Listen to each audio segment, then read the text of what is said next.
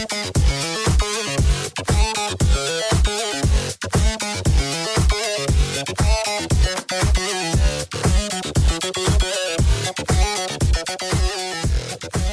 everyone, and yet again, welcome back to the GTR Player Podcast, where we're continuing on with Faction Framework, and today, a very special guest for a little bit of stunty love. Welcome to the show, Bart. Hello, how are you? Good morning, good afternoon, good evening, everyone, and thanks for having me on the show. Absolute pleasure, mate. Bart's joining us from the UK today, and I am personally super excited because I've fielded the Salvagers. And Bart capped off 2025 at number one on the ITC rankings with these guys. So I'm definitely keen to learn a lot from you, mate. Tell me, how do you enjoy playing the team? I think the team is great. It offers so much flexibility. It has so many different lines of play. And yeah, I thoroughly enjoy playing them. And the only reason I would play something else is because I want to give one of the new teams a go, and that's it. But otherwise, I would just stick to playing Salvagers all the way through. They're a solid team for sure, mate.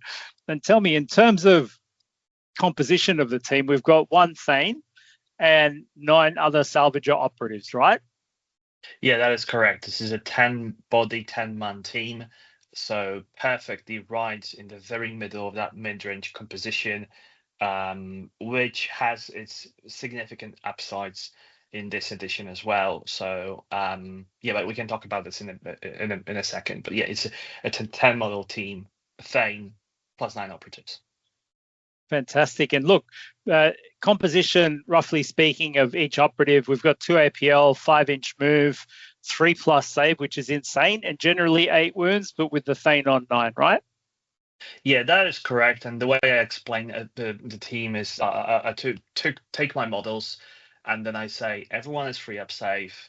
Everyone apart from this guy is 5-inch movement. This guy is 7-inch movement. He can fly, but doesn't have to. And that's obviously Jump Back Warrior. Then Thane is 9 wounds and has just a scratch. And yeah, that would be my very quick introduction to Salvagers if someone is facing them for the very first time. And then we get obviously to the ploys and everything that we're going to walk through as well. For sure. Well, let's get cracking, mate. Looking at the Thane, what are you taking him with? Because he's got so many different options, right? What do you field him with on the regular? So I would say when it comes to the melee weapon, I stick to the plasma sword, so plasma power weapon all the way through. And I basically never take the concussion gauntlet this edition. I think hitting on 3s without a reroll is questionable enough, or so you need to take that consistency over an extra point of damage in brutal. Maybe there are some very much corner cases, but yeah, I would just stick to plasma weapon. When it comes to the gun, into most teams, it's just a plasma pistol. In my case, and yeah, if you're into mandrakes who just ignore your piercing, then I would say take the revolver. Still 3-5 damage, but you hit on 3s by default, which is quite useful. Sometimes Thane will tank a charge and he will get injured as a result, so you want that combination of, yeah, I'm hitting on 3s base, I'm injured, so force, but I use my proximate firepower to go back to 3s, so it's still reliable enough if you combine it with a reroll of swords. So there's that. So in most cases, I would say plasma pistol, and if you're facing something that just doesn't care about your piercing, then probably the revolver is the way to go. I could see people taking the other pistols that hit on 3s with either accurate or piercing crits 1. However, these are 3-4 damage, and if you look across a spread of teams in this edition is not built around 7 wound operatives anymore. Like, this edition is more about operatives with high wound count, so that 4 damage on a crit is just often not sufficient. So for that reason, I would just take the 3-5 shooting guns. So 90% of the time, pistol, plasma in the left, plasma in the right, with a pistol and a sword. Yeah, that's correct. And what's funny about this operative is that people look at him and they would like the leader to be someone who does a bit more because it's the leader of the team. And in case of Thane, Thane is then mainly to tank, to soak up damage and to survive it one way or the other.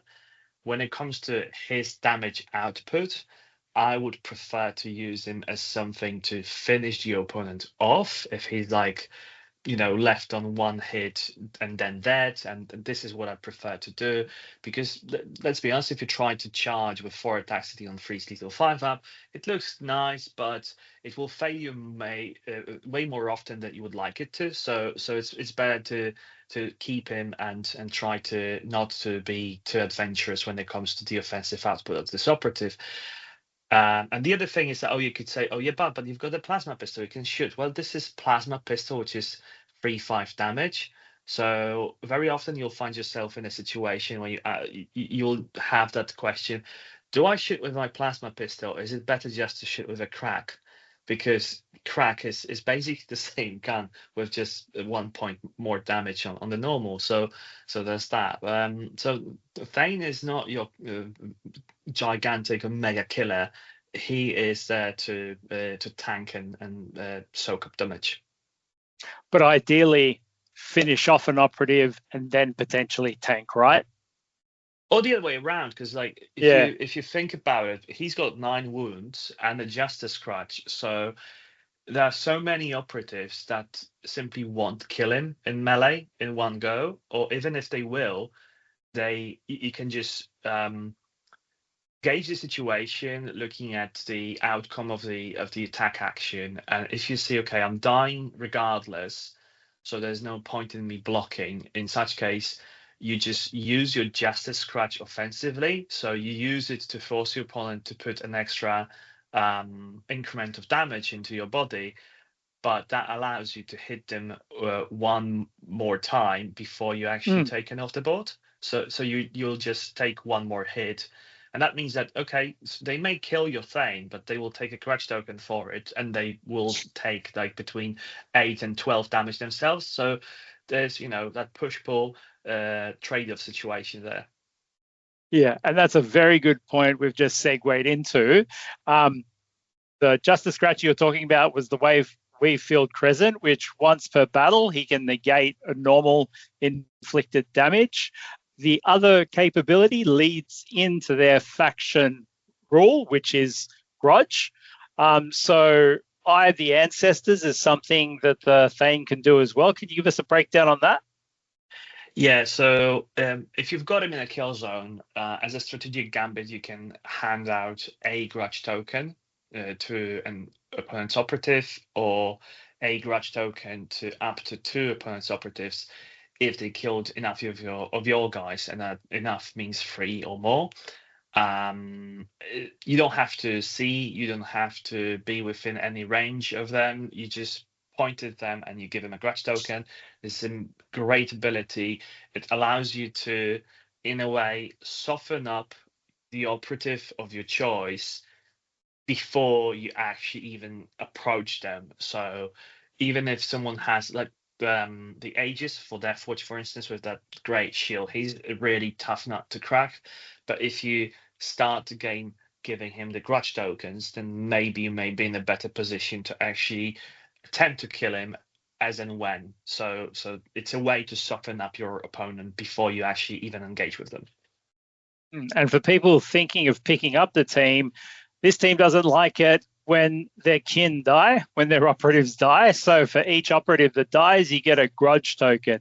And what you can do with grudge tokens is you can turn a normal success into a critical success with each grudge token, correct? That is correct. And the cool thing, I think the coolest thing about grudge tokens is that they don't go away. Yeah. I've had so many games where people would ask me, okay, so you shot me, so now this grudge goes away. I said, no, it's not a poison token. It's not anything of that sort. It's a grudge. That means that I remember you did something wrong to my family, and I'm going to torment you for that. So this is the situation we're talking about. So that means that like if you look at like other teams that like let's say Brood Brothers have their crossfire tokens, so Crossfire tokens, yeah. you use a crossfire token, then it's gone. But with grudge, you just keep stacking them up. So eventually, even if you play in such a way that someone managed to incapacitate like 3, 4 of your operatives, then by the end of the game you can kill them with almost anything, because anything you're gonna hit is gonna be crit. Crit. That's amazing. That's amazing. That's personally why I love them. They hate you until you're no longer on the board, right? Yeah, that is probably the best way to sum it up. Yeah. Uh, let's move on. The Thane, obviously, an auto take. What about the Hearthkyn Dozer? I have a lot of fun with this guy, but please share how you use this guy. So Dozer is a funny one, because Dozer is one of those operatives who has gone through so many changes. Like, let's not focus on the track changes situation, but on the current position in which we find him. So he is one of, apart from your Thane, he's the other model that you can push up forward, because some operatives are not going to willingly charge into him, because he's gonna likely deal about 8 damage even if they kill him, and that's 8 damage is a lot for an elf. That means that they're trading 1-for-1 during their own activation, which is definitely not desired. For Marines, that means that you manage to put enough of a dent in a Marine that subsequently, given that they're going to kill your Dozer and thus gain a grudge token, you can again kill them with almost anything that you've got on the team. So that's great. But I think the greatest aspect of playing Dozer is the fact that you can, this is your second operative apart from your jam pack, can, in a weird fashion, find itself across the board, because you charge someone, then you use the Knuck Smash ability to punch them 3 inches away, and you move them, and it's not a dash, it's not a move, it's not a fallback, so you can punch them out of combat into another combat, and then you get a follow-up charge 3 inches that you perform for free as part of the Knuck Smash ability, and that allows you to go that extra distance. So all of a sudden, your Dozer charges 7 inches, punches someone 3 inches, follows up 3 inches, and you see them, okay, so my Dozer now perform effectively a 10-inch charge. And if you combine it with some other abilities like Ancestors Are Watching or an extra APL, you may be able to throw a frag into a bunch of low HP operatives, or throw a crack at something that didn't expect to take a crack to the face, or you may just charge something, because the Knuck Smash ability doesn't require you to follow up charge into the model that you Knuck Smashed in the first place. You can make way, pushing them aside, and then you charge someone else. It's just such a versatile operative that can do so much, even if you use him just to charge and Knuck Smash. Because people are like, oh yeah, he's a fighter, he has to fight. No, he doesn't. Very often, it's just about moving people around. Like, any ability in this game that allows you to pick up your enemy's operative and move them yourself is a massive upside. Huge. And a great tool to have. Even for taking people off objectives, right? Oh yeah, taking them off objectives, or my personal favorite, punching them into a mine. That's what you can definitely do with that operative. There's some maps where if you want to take a Dozer, you can ask yourself, do I have an option to put the Dozer in such a position that he is safe himself and then threatens to charge someone on the objective and punch them into the mine that is positioned conveniently right next to this objective? Because if he is, then that single Dozer can hold down the objective by himself. Because keep in mind that if you punch, let's say you've got a Marine and you punch a Marine into a mine, that Marine will take D3+3 from the mine, D3+1 from the Knuck Smash, and then you fight them. And between his lethal 5-up, C-stats, shock, and all of that, all of his damage output, you can actually deal D3+D3+4+4 from your first strike, 4 from the second strike. That kills almost everything in the game. Literally. It's so good. Definite auto take for me. One thing that I'm 50-50 about is the field medic. What are your thoughts on that part? I grew on the field medic, and I think that field medic is an operative that, yeah, I will leave him on the shelf on the bench quite often. However, now I can see way more use cases, especially that now medic will benefit from the need keep exploit getting balanced because he's got 4 attack space. So the reason why I would say that sometimes I would leave him on the bench is that even if you do take the medic, I think that with this team, you don't necessarily want to use the medic ability to revive someone, because people look at that as like, oh yeah, you're going to keep both operatives alive. Yeah, but if you're in a situation where you need to equally trade operatives and you're taking a shot into an unactivated operative and you want to revive them with your unactivated medic, that means that they effectively took both of those operatives out of the equation for the remainder of the turning point in most cases, because you're going to have them on 1 APL and one of them will be injured as well. So what I'm saying is that reviving people is not always the correct choice, but if you just look at this card, the data card, cover up that ability and ask yourself, would I still run this guy with the revolver, the plasma knife for 4 attacks, and the ability to heal other people as your 10th operative? Probably yes. And so in many cases, that will be my 10th operative of choice. And he's packing a plasma knife standard, right? Yeah, yeah. So the thing is, in most cases, you're going to play with plasma knives across the team from your equipment selection anyway. But the fact that he's got his own makes him 4 attacks, and 4 attacks versus 3 attacks on these plasma knives is crucial in so many cases, especially big. You need to consider that we're mid-range team, so every now and then you'll get a chance to charge into someone who is already in melee with one of your other dudes, and that means that you're going to get the support to the attack, and then hitting on freeze with 4 attacks versus hitting on freeze with 3 attacks, it gives you a way better chance of actually punching them twice and getting the job done. So yeah, that would be very often my operative number 10, but he's definitely not at the very top of my list. Yeah, fair call. And the grenadier, when we're talking about grenades and boomsticks, tell us about how you use this guy. So yeah, the grenadier, when you explain your grenadier to your opponent, you can tell them this guy has all the grenades, and you say, I mean all the grenades, including stuns and smokes. So the utility is right away off the chart, because you get a guy who he can just throw smoke, stuns, cracks, frags, he doesn't care. And he has his nasty blasting charge as well, 4/6 with piercing 1 and blast 1. So that's great. So he is a great threat.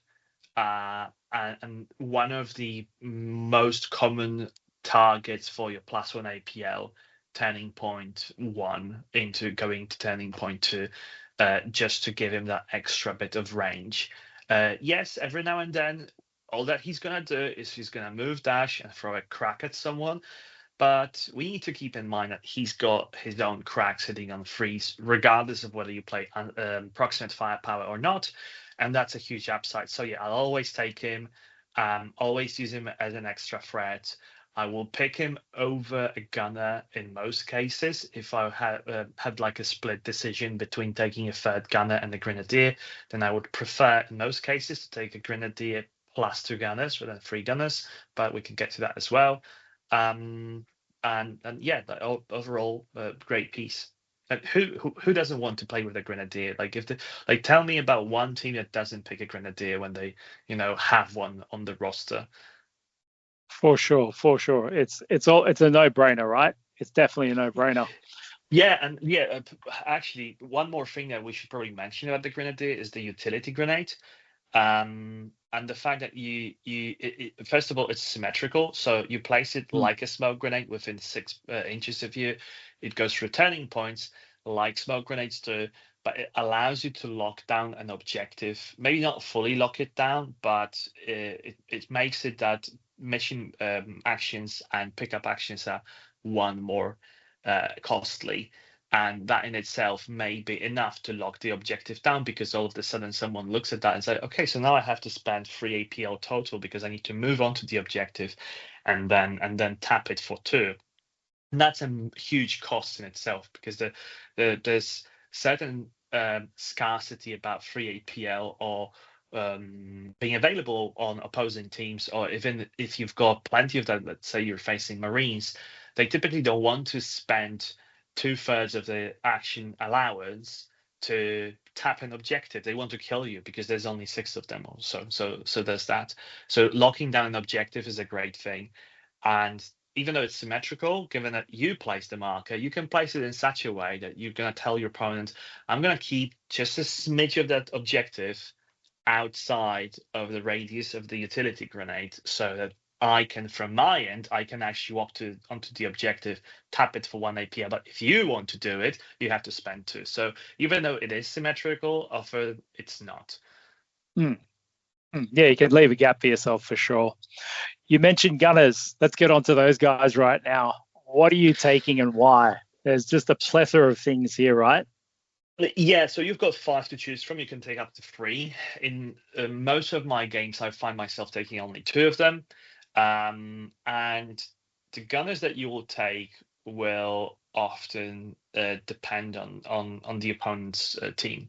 So if you look at like your good all-rounders, take all commerce options, if someone asks me, okay, I want to glue my gunners together and I want to have them fixed in place, I don't want to magnetize, I just want to build 2, tell me which 2 to build, I would say build the plasma beamer and build the missile launcher, because these are the guns that offer 5-6 damage base, and that is such a huge benefit in this game, in this edition. If you look at opposing teams such as, let's say, Ravenous, and people so many times they've told me, oh yeah, Ravenous must be a horrible matchup for the Dwarves, and I always say, no, it's not. Like, they've got 20 wounds, yes, fine, but there's 5 of them. My team deals damage in increments of 5. Yeah. So what takes you 6 hits to kill a space bug, for a dwarf is just 4, and they're likely to take 5 on the way out. So whenever a Ravener kills a dwarf, they're likely to take 5 damage anyway from a plasma knife. So there's that. But yeah, getting back to the gunners, 5-6 is a great stat to have on your gunner. We know how much Deathwatch Marines and Wolf Scouts Marines want to have that 5-6 plasma, so we want these. I very rarely use the missile launcher for the blast profile. It's mostly there to act as a zoning tool for opponent to spread out a bit. So there's that, but you still want it for the piercing 1-5-6 profile anyway. So there's that. The Hylas auto rifle is probably the best gun. So the ceaseless rending one is probably the best gun you can have into anything that's like elf-like, because it look at that from the perspective of you shooting into a target that has a grudge token on them, because you can always give them a grudge token from your thing. You shoot them, you have ceaseless and rending. So if you happen to roll a single 6 on your 4 dice with ceaseless, then you've got another one from your grudge token and another one from rending, and all of a sudden, whatever that is, they're facing like 3 crits. And that's not an easy thing to bounce off with your armor save. So there's that. The rotary cannon, I would say one to consider mostly on Into the Dark and maybe Toonworld. And this is because you can benefit from guard and mostly guard, because I don't like having a team that has only 5-inch movement. So there are so many cases where you have to plan that your gunner, in order to take a shot, will have to benefit from either Ancestors Are Watching or +1 APL. So they need to move those 8 inches to get the job done. And if they can only move 5, that's very often quite limiting. You don't want to take obscure shots. We're going to get to the locator, the spotter, but he is like, these are all very short operatives, so it is not as easy to use your spotter either. So I prefer this guy to be able to just move, dash, and go on guard, because that gives him enough of that movement to do what he has to do. And the other thing is that, given that your main ploy, your strategic gambit, will be proximate firepower, you really want to shoot your opponents from within 6 inches. Because this is where you're most deadly. So it's even though it's a shooty team, it's like a close range. Like, think of them as if you had guys with really overpowered shotguns. So you treat them as a very short range, but dealing lots of damage, and that will give you a huge upside when it comes to the outcome of your games. That's awesome. And look, just for the team, there's a couple more weapon profiles on there. You're never taking the Magna Rail rifle? So Magna Ray rifle is one which looks the coolest because the gun is bigger than the operative itself. Yeah, but unfortunately, is the one that you're gonna keep on your bench most often. It's like the worst melt gun in the entire game because it's 4 to death 3, which means that in so many cases it will be a melt gun that doesn't kill a regular Marine, not even looking at those Marines who can actually tank an actual melt gun. So why would you have it? And why would you take it? I would say there are certain very niche cases where you want it. Aegis is one of them, because Aegis is so bloody tanky that you kind of want to have the rail rifle just for the ability to deal him chip damage with mortal wounds, or stack enough grudge tokens to say, okay, I know I'm not going to kill you in one go. I know you're going to save everything that I'm going to throw at you, but at the very least, you've got 3 grudge tokens, so anything I hit turns into 3 mortal wounds, and that is where you want to consider him. Probably again on Tumult or Into the Dark, because you can then move and go on guard rather than saying, oh yeah, I'm just gonna dash free, because this is typically not enough. So there's that. Otherwise, I wouldn't take it. And just quickly, the Edekan Plasma Beamer, it's got that beam line, so it can cut through bases and do additional D3 plus. Is D3 plus 1? I forget. No, it's just an additional D3. It's D3 per crit that you retain. Per crit, that's correct. So every now and then you're going to find yourself in a situation when you're going to have a juicy target, and you look at that target and say, okay, you've got 1 grudge token, and I can give you another one with my Thane as a strategic gambit, and you happen to be within 3 inches of an objective marker, so I can play Toil Earns for another crit. So you count as having 3 grudge tokens. I'm going to shoot into that operative through 2 or 3 other of your operatives, and I have a potential of dealing you 3d3 damage on those other operatives and take them off the board. So it's a great tool to have, great zoning tool, and one that people forget about, I think, most often, because it's so difficult to say, I'm just never going to give you a line of operatives in any dimension on the board. And the reason why it's so difficult is that the beam line stops only at heavy terrain, meaning that if you're sitting behind light cover, it will cut through it. And then the other misconception that people have is that they look at this and say, okay, so the other guys, they need to be a valid target to you. No. Only the cover line has to cut through your base. And that's enough for you to take the beam line shot. So there's that. Great tool to have. And the only operative in the game that can actually do it. So another reason as to why Salvagers are so cool. Moving over to Rocket Man, the jump back warrior. Yeah, jump back warrior. Important thing: the only operative on your team that has 7 movement and can fly, but doesn't have to. So you can run on foot and perform a 9-inch charge, or you can teleport and perform a flying charge of 7 inches. The best thing about this operative is that you don't charge with him, because it's a zoning tool first and foremost. It's like, I know that many people use him as like an alpha strike type, off to the wall gang ho operative that will just charge, kill, and then throw a crack at someone. And there are so many cases where, again, like, yeah, he gets brutal on the charge and he has a power weapon. But the thing is, even so, every now and then he will fail and he will just die. And that means that this is definitely not the outcome you were looking for. He's the only operative that doesn't need much to move around the board freely. So that makes him your most mobile operative on your team. That makes him easiest to contest objectives, to retrieve opponents' objectives, to finish off someone who's very far and unreachable to anyone else.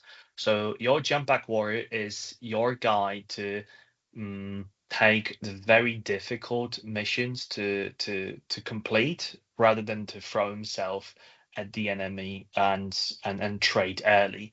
I would say that there is a very strict correlation. The sooner your trade off or you lose your jump back warrior, the higher the likelihood that you're going to lose the game. This is probably the most important operative on the entire team, and one that you want to keep alive for as long as possible. He's your under the radar point scorer, right?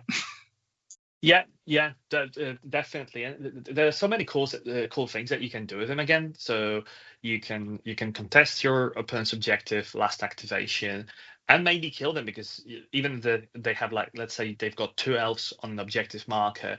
You can fly onto the objective marker. You can throw a crack at one of the elves. You're going to be hitting on 3s because you've got proximate firepower. The elf is now gone. And no, look, I had 3 APL, so I'm going to tap the objective. Now it's mine. Or you can retrieve, or you can tap the objective, say, now it's mine. And then they begin the next turning point and they say, okay, so now I'm going to kill your jump back warrior. And I succeeded. I killed your jump back warrior. And you say, oh, look, I'm going to spend 1 command point for worth it. And I'm going to do something, perform a mission action before I actually am taken off the board. So there are so many things that you can do before you actually lose the operative, but you need to plan for it to a much greater length than just saying, I'm just going to trade him, because that will give me some incremental advantage over my opponent in the trade-off game. Because once you lose him, the opponent says, okay, so now you're just a 5-inch movement team, and that's it, right? And so there's that. Now, moving over to the Kinlink, we've got he's your basic APL provider, right? So here's your comms. Kinlink, very much like the Kazakin comms. He has a portable phone that he can call and say, you're going to get +1 APL. You do not need to see the operative or be within any specific range of them to give them that +1 APL. So that's a huge upside, especially considering that you've got very short legs. So there's that. And the other thing that you can do with him is you can use the system jam ability. System jam is basically a token you give to a valid target on the opponent's team, and for as long as they have a system jam token, they cannot activate unless the rest of the team has gone already, and that token only goes away once they activate that model. So if you give it to an expanded operative, and then you say, okay, so the turning point is over, there's so many cases when your opponent will be like, okay, so here's your system jam token. And say, no, you're going to keep it, and you're not going to be able to activate with that operative until you activate the rest of the next turning point, because it only goes away when you activate that operative, which fighting against dwarves often means that this operative is just waiting for their turn to die. Great ability, but one that's extremely difficult to pull off, because the operative has to be a valid target to you. Maybe these days is a bit easier because you don't have to meet distance requirements or visibility requirements for +1 APL ability, which is way stronger overall. But still a cool one, albeit tad difficult to pull off. Over to the Cognitar, mate. Yeah, of course. So Cognita, that's an operative that people every now and then say, "Oh, yeah, I'm just gonna skip him because he doesn't. He's your support piece." So he will place markers on the board as a strategic gambit that he can then move and switch for an action point. And you've got two of them. The defensive one says if someone is shooting you and you're within 3 of that marker, you get a reroll on your save roll. The offensive one says that if you're fighting, retaliating, or shooting into a model that's within 3 of that marker, then you get balanced for your roll, your offensive roll. And given that this team is 4 attack space, and outside of that, it doesn't really suffer from the abundance of rerolls that some other teams have. This guy is rather important. So even if people say, "Oh, yeah, he doesn't do that much," he does a lot. You want to keep him on your team like almost always.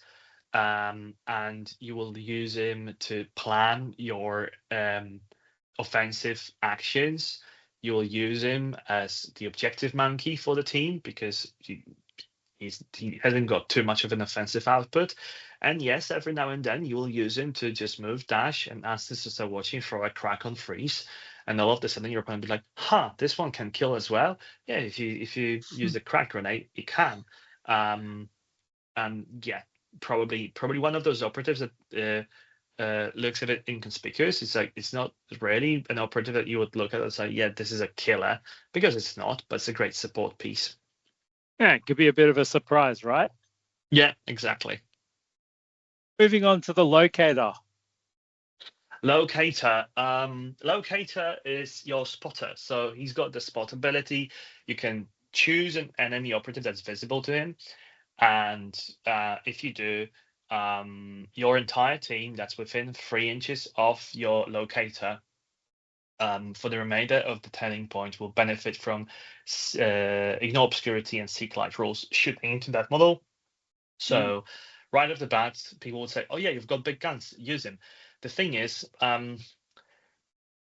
one, your operatives are rather short, so it's not that easy to have them both within 3 inches of each other, both seeing the target and in the right place where you want them, because people say, "Oh yeah, you can definitely do it. You just stand here and you can see both, and that's perfect." Yeah, but now you're in the open, and that means that your opponent will trade 1 for 1. That's not what you want.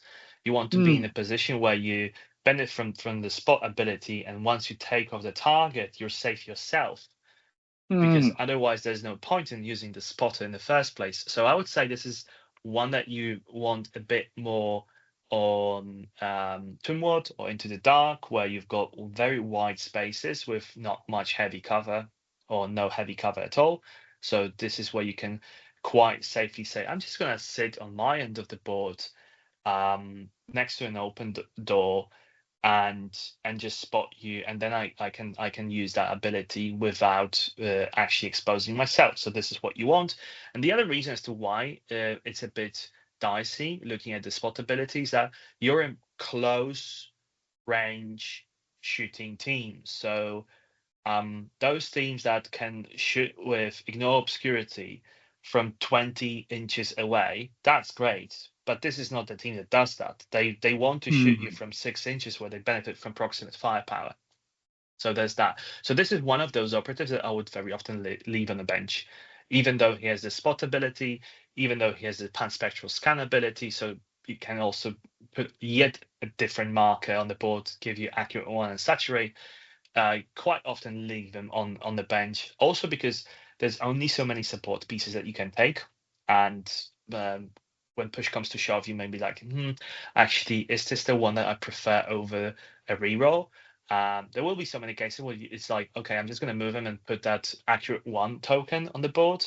And the reality is, I would prefer to have a balanced reroll over an accurate 1 any time of the day, especially if I'm hitting on freeze.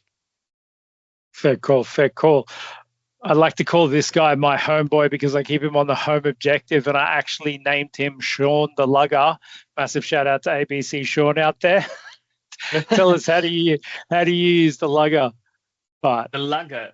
So Lugger is one of the coolest operatives on this team because people keep pulling out together those combinations where you can perform so many actions in one activation with that operative, especially on towards Into the Dark, where he gets to utilize one of his extra actions that he can perform.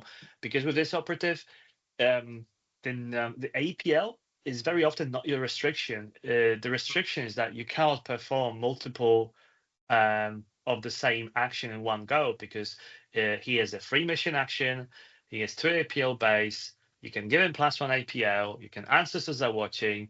So all of a sudden, even in open, he can perform 5 different things. Now try to find 5 different things that you want to do with one You actually operative in do, one yeah. go to actually do is a difficult task in itself. So, but then there you go. Like this is a guy I will always take. Like some people say, oh yeah, leave him, don't take him, take a gunner instead. No. This is a guy that you always want to take. The reason why I always take him is, I mean, there are 2 reasons. One, the free mission action, so like virtual, almost like third APL, and the other thing is that 5th equipment choice, and this is massive. Huge. So Huge. yeah, definitely, and yeah, for those 2 reasons alone, he's good enough. And if you look at him and say, oh yeah, but he hasn't got the damage output, remember about your cracks. Like cracks are probably the very first equipment choice you're gonna pick in every single game, just because this The team, hands down. remember, it throws the cracks on freeze across the board. So that's one of those teams that has the best cracks in the game. Like 'cause if you combine it with that balance reroll from your from your cognitar, maybe your opponent is standing on an objective, and you can use the relentless ploy if need be.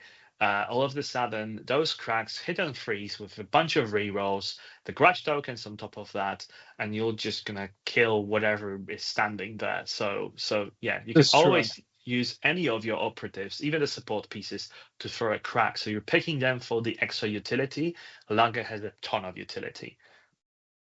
Now, me personally, I'm not taking any Hearthkyn warriors. Are you? But No, unfortunately, warriors don't make the cat ever. I don't even have them modeled or painted. It's just that no, sorry, they need to sit on the bench.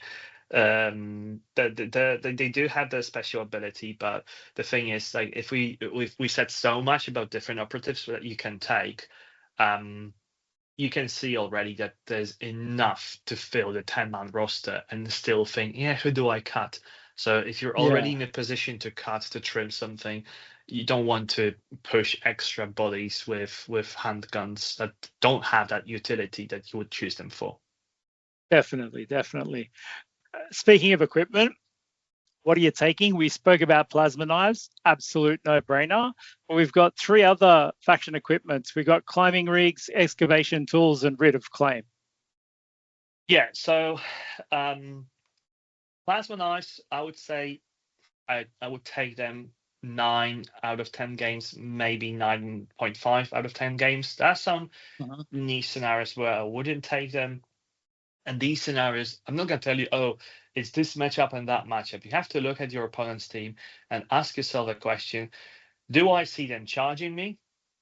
If they never charge you, then the next question is, do I see myself charging them? And if the answer to both of these questions is no, then you may just skip the plasma knives, because if neither of the teams wants to charge, that means that both of you are just going to get close and point blank take a shot, and that's it. So this is the scenario in which you would probably skip the plasma knives. Otherwise, you just take them because they may turn your guys into murder machines. So even if you're like, oh yeah, but he may charge me because he's got 7 wounds, but now you can charge him and you may be able to kill him because he's just going to have a gun butt of sort, and you're going to kill him with a plasma knife. So that's probably one of the must-haves. When it comes to the other 3, I out of the other 3, I think I like excavation tools the most. There are two main reasons as to why you take excavation tools. One, you will be in position to pick up your retrieval token once your operative is carrying it is going to die, and you're going to do it for free. Action economy, perfect. So this is why Yep. you want it. And the other reason is that you pick your tack up, and your opponent will pick their tack up after you reveal the equipment choice. If you take the excavation tools, they are not in a position to take plant banner. And if you look at that from this perspective, people say, "Oh yeah, you can still take plant banner and just put it somewhere else." You've got your jump pack warrior who can cover most of the board, and I can tell you that if someone plants a banner and they are into dwarves with excavation tools, I think the most you can expect to score on that is like 2 victory points. People say, "Oh yes, you're gonna pick it up, and then what? I'm gonna kill you. If you kill me, I'm gonna drop it on your half. Then you have to pick it up." And many people would say, "Oh, I'm gonna pick it up and drop it on your half again." No, you can't do it in one activation. So Yep. you have to pick it up, and I'm gonna kill you, and pick it up, and then you just carry on with this back and forth. But the point is, it never should land on your half of the board ever again. So Yeah. that's the main reason. You go into your opponent and you look at the attack option. If they have security and seek and destroy, you're like, okay, you're not gonna take plant banner. You're not gonna take an envoy because you've got, let's say, 6 operatives. I've got 10. You're not going to Yep. take martyrs. You're not going to take dominate. You're not going to take routes. What do you want to take? You're probably going to take dominate, but that means that you have to engage with me, and I don't because I'm going to play retrieval. So that's why you take the excavation tools. The other two, and sorry for taking so much time talking about equipment, but That's all right. the other two, you've got climbing rigs, which got a massive buff in the Buff, recent huge. balanced data states, because all of the sudden, if you cover up the name of the equipment, Hearthkyn can now take Harlequin flip belts, Yeah, and literally. you've got flying dwarfs with 3 up save, which is It's the huge. best. It's absolutely massive. I think it's a really cool thing. There are so many cases where the matchups into specific teams would be poor on Volkers and much better on Into the Dark or Tomb World. And with these new climbing rigs, it begs the question: why would you ever take ladders anymore? There were so many Yeah, cases where I would take ladders as my last equipment choice. Now you don't. Now you just imagine putting a dozer on the top level of Volker's vantage, so that second level of vantage, and threatening your opponent to just charge off that point, ignoring the drop, and then punching them 3 inches away and moving extra three it's inches. All of a sudden, insane. that dozer has a red cape and he's a Superman. Literally. So so that's that. So yeah, great piece of equipment. Last one, Writ of Claim used to be a must take, but ever since they nerfed it, I never use it. Sorry, but this is one I tried a few times, and the opportunity cost is way too high for me to take it. You would need to be on at the very least 2 points to contest them to get an initiative reroll. I know that initiative reroll is huge, but if you have to contest at the very least 2 points, it's possible to deny by your opponent because they will see that you've got rid of claim. And they will see what you want to do. They would want to deny you contesting objectives anyway, because that's the name of the game. So there will be many cases where you will never ever get to use it, and it's a very relevant and pricey equipment slot. So and the reason why I say very relevant and pricey is because we already know we want climbing rigs, we want excavation tools, we want plasma knives, and we want crack grenades. Don't ever leave your home without your crack grenades. That leaves Yeah. you with only one equipment slot for stuff like barricades, which you also do want, especially into operatives on bigger bases, because you want to block the path. So that means that you may be already in a position where you have to cut something. And yeah, if you add writ of claim to that, like, it just doesn't make a cut ever. Unless you're taking Sean the Lugger. Yeah, you could do it this way because he gives you a fifth equipment slot. But even in that situation, There's I'm better taking things. plasma There's better knives, things. climbing rigs, excavation tools, crack grenades, and barricades. Nice. Hey, let's try and zip through the archetypes for TAC ops and then strategic and firefight ploys. But with regards to TAC ops, what are you taking? 99% of the time it's retrieval. Literally. So yeah, because the reason why is you can play the game not engaging with your opponent, and you don't have to kill them to score. That's always good because you're Amazing. not forcing yourself into difficult situations. You can manipulate the APL on the objectives because you've got virtual icon in the form of need keeps and your comms. So if you combine the two, you can have any of your operatives by themselves contesting at virtual for APL. So that's good. And you can pick up whatever you drop after you retrieve it for free with the excavation tools. So apologies. So this is why you would do it. The other options are not that great, I'm gonna say. Yes, you may play Plant Banner yourself, but Plant Banner is, I think, on a team that has only one mobile operative is asking for trouble, because if you plant the banner with your jump back warrior and then some way they will kill them, that means that your short leg kings now have to rush to defend the banner. That's not the best place to be. I would say you want the retrieval. Yeah, for sure. Literally. With regards to strategic ploys, let's run through those. So ploys, the first, I would say the most relevant one, and the one that you always have to remember to play, is proximate firepower. So ideally you want to play 10.2, 10.3, and 10.4. 10.4, sometimes you don't need it because you may be left with, let's say, your grenadier that shoots cracks at freeze and your Thane who just so happens to have the revolver and hits on freeze anyway. So then you don't need it. But otherwise, you want to cast it DP 2, 3, and 4. So there's that.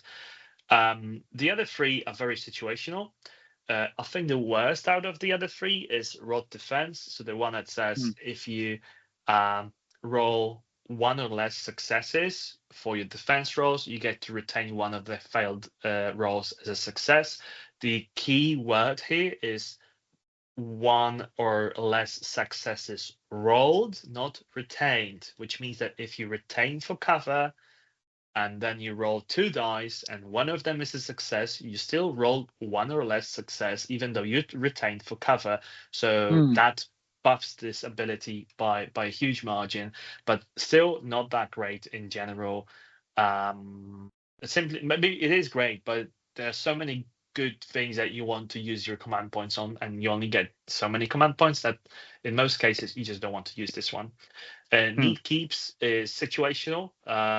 Is the one that allows you to put a virtual icon with an extra APL for an objective marker or mission marker that you want to control. And the other thing that it does is that it gives you the 4th attack on your plasma knives within 3 inches of that objective marker, or it will give you balanced on your operatives that already have 4 attacks. So there's that. This is a really cool ploy that is situational, but when you play it, it has high impact. To give you an example from most recent metagame, if you were facing wolf scouts and they would take an attack away from you, and you have 4 attacks, but you're within 3 of the objective marker for which you cast need keeps, you go up to 4 attacks again because they take 1 away from you, and now you have 3, so you take +1 attack up to 4 back again. So there's that. Situational, highly impactful. The last one, Toil Ends. I don't personally love casting this one, but I would do it if I see a juicy beamline shot. Or if I just need to know that something's going to die in my first activation and I just absolutely need that extra grudge token on it. So really, in those cases, it is me spending a command point for an ability to turn a single hit into a single crit. But in so many cases, this is what you need, and it shows how impactful the ability of grudge tokens is in the first place, because many operatives would spend a command point, but many players would spend a command point just to be allowed to do it once, and you do it for every single grudge token. So there's that.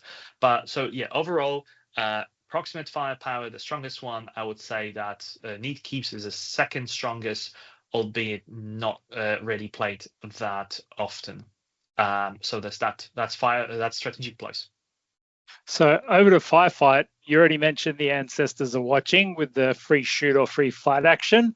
What are your thoughts on Worth It, Sturdy, and Engage to Acquire? So Worth It, again, very much situational, but sometimes you want to do it. So you put it, you put your body on an objective, and let me put it that way: you never want to plan for Worth It to actively use it. You want to plan to use it just in case they kill you. So the plan should almost never be, I'm gonna go onto objective and then I'm gonna die and then I'm gonna use Worth It, because you don't want to plan for your operatives to be incapacitated, but you want to keep it in mind that they may be, and play the game in such a way that if they do, ideally you want them to be incapacitated on an objective so you can use Worth It rather than half an inch away. So you won't be in a position to use it. So there's that. Sometimes you could use it just to retrieve and immediately die and drop it closer to your operatives, for instance. That's what you can do. Sturdy, that's a cool one, especially if someone is getting overly excited about rolling like 4 natural crits on the gun onto your guys. Like, yeah, cool story, bro. I'm gonna spend a command point. I'm gonna knock them down to normals. The thing is, and that's the challenge. There are so many cases in which you look at that roll and it's like, is it even worth for me to knock them down, or am I expected to die anyway? Because if you're in a position where you have to both spend a command point to turn them all into normals, and then on top of that save 3 out of 3 of your defense saves, or 2 out of 2 if they have piercing, then in many cases it's not worth it. It's not worth it. You just politely take the operative off the board and hand them a grudge token in return, and that's it. Engage to Acquire, again, situational, but when it kicks in, it's so powerful, because Relentless is extremely powerful, especially when you pull it off after you see the dice roll.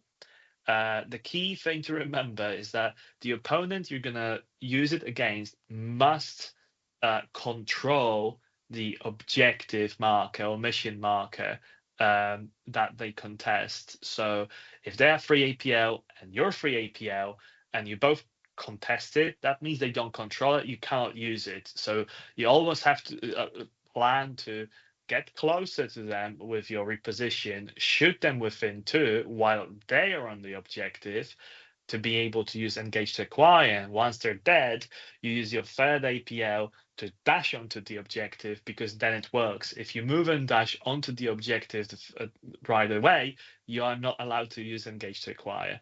So in that case, Engage to Acquire is often better in combination with Ancestors Are Watching, which allows you to shoot them for free, but doesn't actually give you the third APL. Fair call. And tell me, between crit, kill, and tack, what are you finding you play your primary most on across those 3? Across those 3, I would say with this team, it's almost never kill, almost always tack, and in specific situations is gonna be crit. But the specific situations will depend on the team and the mission and the map. And you basically need to look at that as like, how much do I plan to score? And asking yourself these questions with this team is extremely important, because you've got 5-inch movement. So in a way, you have to plan ahead by a huge margin. So you need to know where you want to finish your not your game, but your move, not only this turning point, but also the following turning point. So you look at that, it's like, am I going to score 5 points on crit? And if the answer is yes, then you may be in a position to say, okay, I should be able to score 500 crit. I can play primary crit. If not, you can probably go for attack. Solid, very solid. Wow. That was such a great in-depth session into salvages, Bart. Like literally, I've learned a whole bunch that I wasn't even thinking about until we had this session. I'm absolutely blown away. My friend Dylan and I, we cracked open salvages each a while back and split a box to get some extra bodies. I think we're both going to be trying out a few things over the next couple of weeks. We're at the top of the hour, Bart. Before we let you go, and again, thank you so much for making yourself available. Is there anybody or any stores or clubs or anything you wanted to shout out on your end, just to give your community a bit of love? Oh yeah, thank you for the opportunity. I would like to give a shout out to my team, the Old Ones. We somehow managed to be at not at the very top always, but between like let's say top 3 teams in the world across the last few seasons in ITC. So that's a huge achievement. Huge shout out to them. Shout out to the rest of the UK WTC crew.